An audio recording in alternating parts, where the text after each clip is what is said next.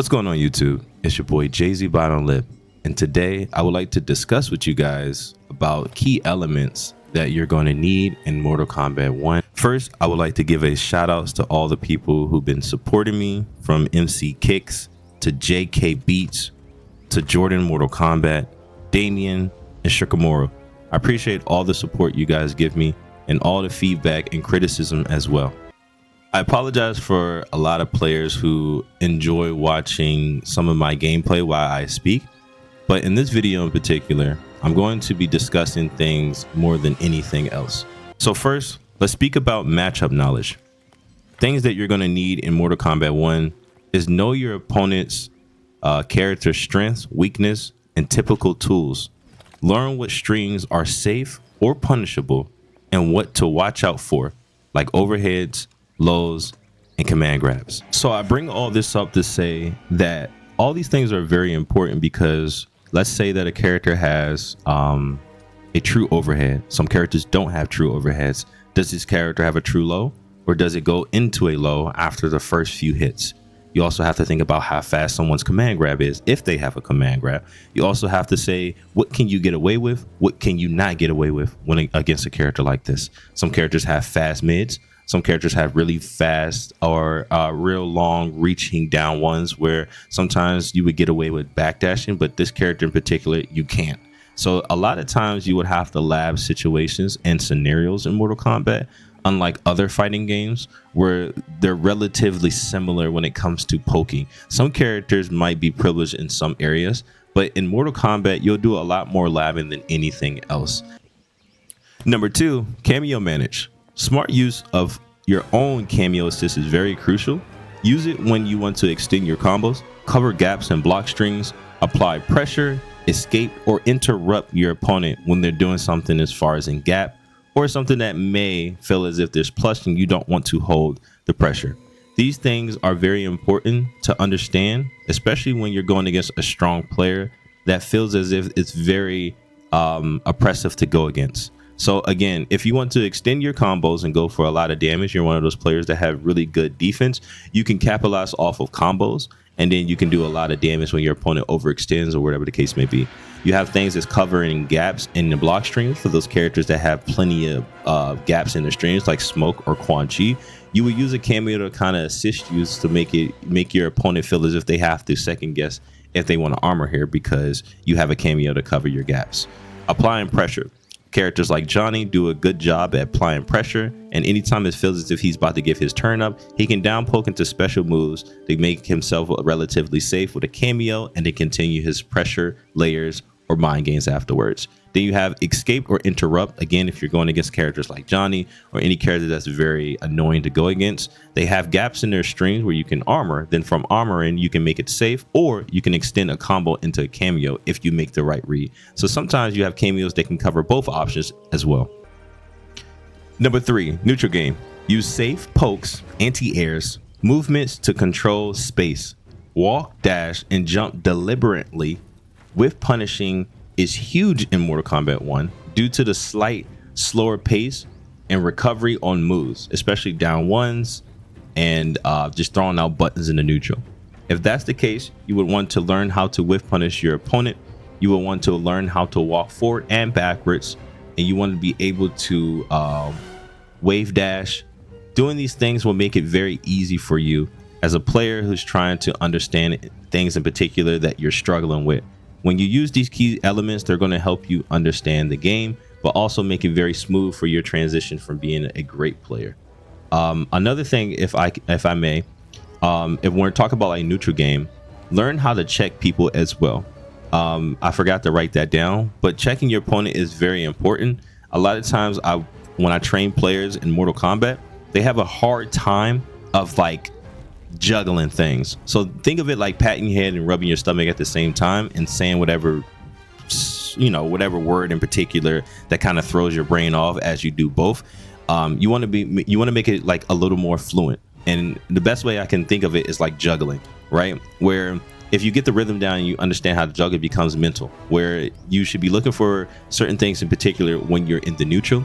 while you're checking your opponent. While I'm whiffing a down 3 or throwing out down 3, I'm also looking for them to jump in. I'm also looking for them to advance at me. After I do a down 3, I kind of backdash, move forward, backdash, move forward, playing a little footsie, trying to whiff punish my opponent. These are all key elements that I'm looking for as I'm checking my opponent, or as we would like to say, neutral game, right?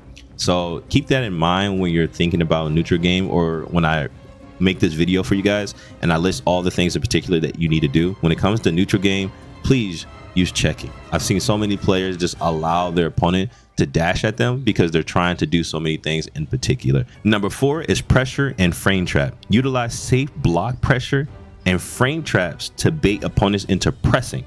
This will also open up your opponent as well. Knowing your character's safe normals, plus frames, and staggers will help you and benefit you as well, because this allows you to understand where you should poke and where you're not to poke, or how you can bait your opponent into thinking that they think they can poke, and then from here you can open them up. So there's not all the time will you use 50-50s to open up your opponent in Mortal Kombat. You can also do it with frame traps, pressuring, and staggers as well. Number 5, defense. Flawless block, breakers, and throws. Flawless block is a vital tool in Mortal Kombat. It's used to interrupt unsafe strings or get your opponent back, especially if your opponent is pressuring you and they're kind of just throwing flowcharts at you. Some strings, if you flawless block them, they become negative. So it's very crucial for you to do this, because sometimes characters' go-to strings have flawless block gaps in them, where if you flawless block them, it's very crucial for you to learn how to do this because you can punish them. For an example, you have Melina. Breaker is very important as well, because combo breaker mechanic requires meter and you can save it for big damage. So you got to be a little more wise so you don't waste it. Teching throws. So watching your opponent play style is very important.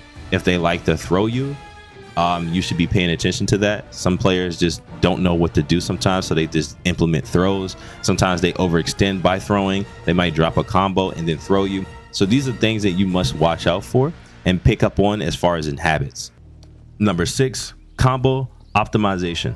Maximizing damage with proper cameo routes, corner combos, and launch conversions are very important, because as I tell people when I'm training them, you don't have, and when you play the game at a certain level, you're only going to have so many times to be able to open up your opponent. So that one mistake that you make gives your opponent a chance at life again.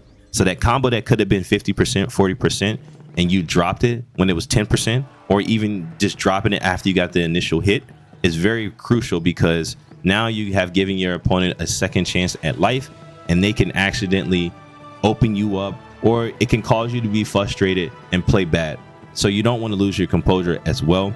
But on top of that, you want to make sure that you become very comfortable with your combos, your BNBs, and things like that. And that's why we actually have BNBs, because they're a combo that you would never drop. It's very basic, and even if it was under pressure, you know you can always go for that. So make sure you have something like that in your pocket. Number 7, meter management. Offense and defense both need meter.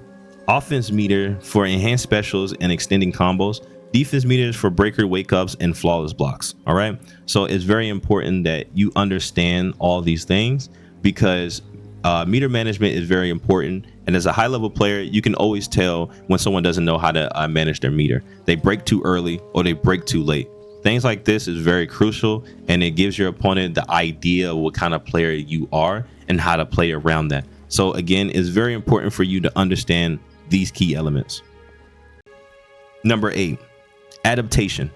Identifying patterns, mashing after block, for an example, wake up jump, assist spamming, where sometimes players will even wake up with their assist, or sometimes they'll just jump in with the assist. So pay attention to things like that. Then another thing is adjusting your game plan, like mid-match, to exploit habits or shut down the momentum of your opponent as well. These things are very, very crucial against players who don't understand the game, or to a certain extent, you can understand these things that I just told you, and this will better help you against players who don't understand. And this will also help you level up, because now you're identifying certain things in particular, and then on the fly changing your play style or game plan to counter theirs. Number 9, mind games and conditioning.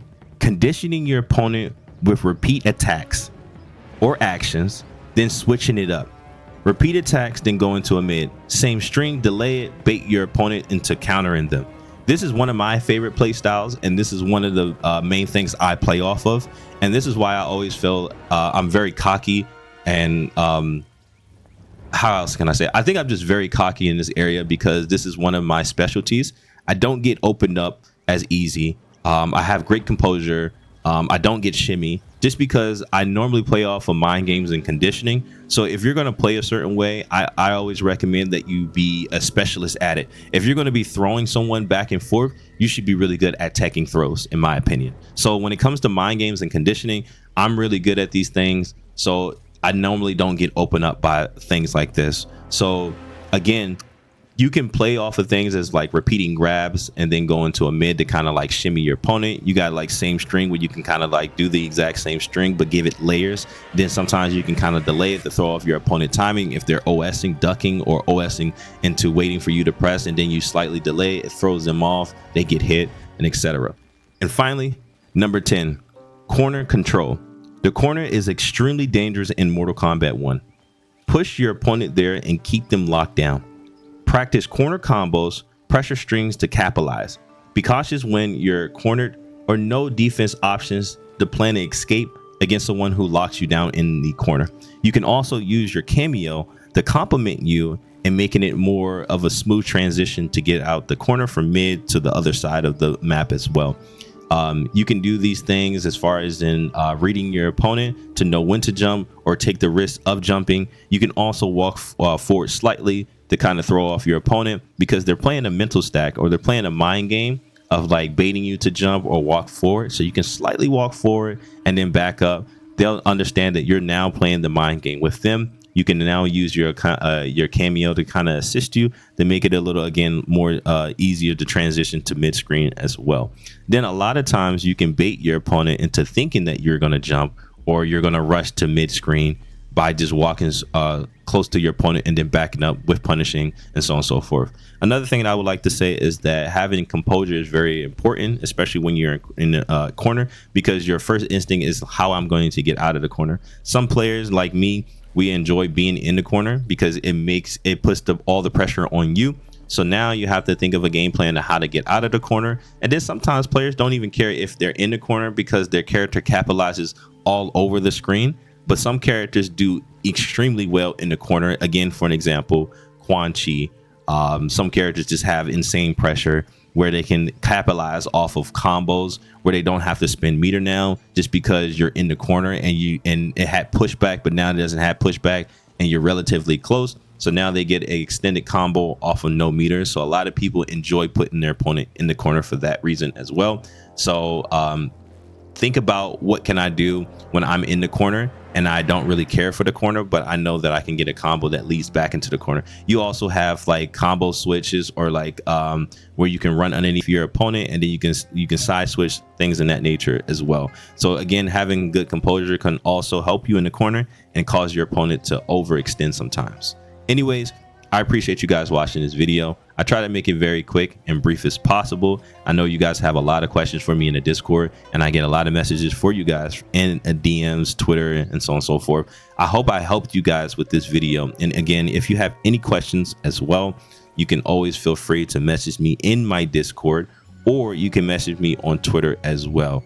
Everything that you need will be in the bio below or the description, and you guys can always hit me up. Anyways, I appreciate you guys watching this video, and if you can, leave a like and a comment as well.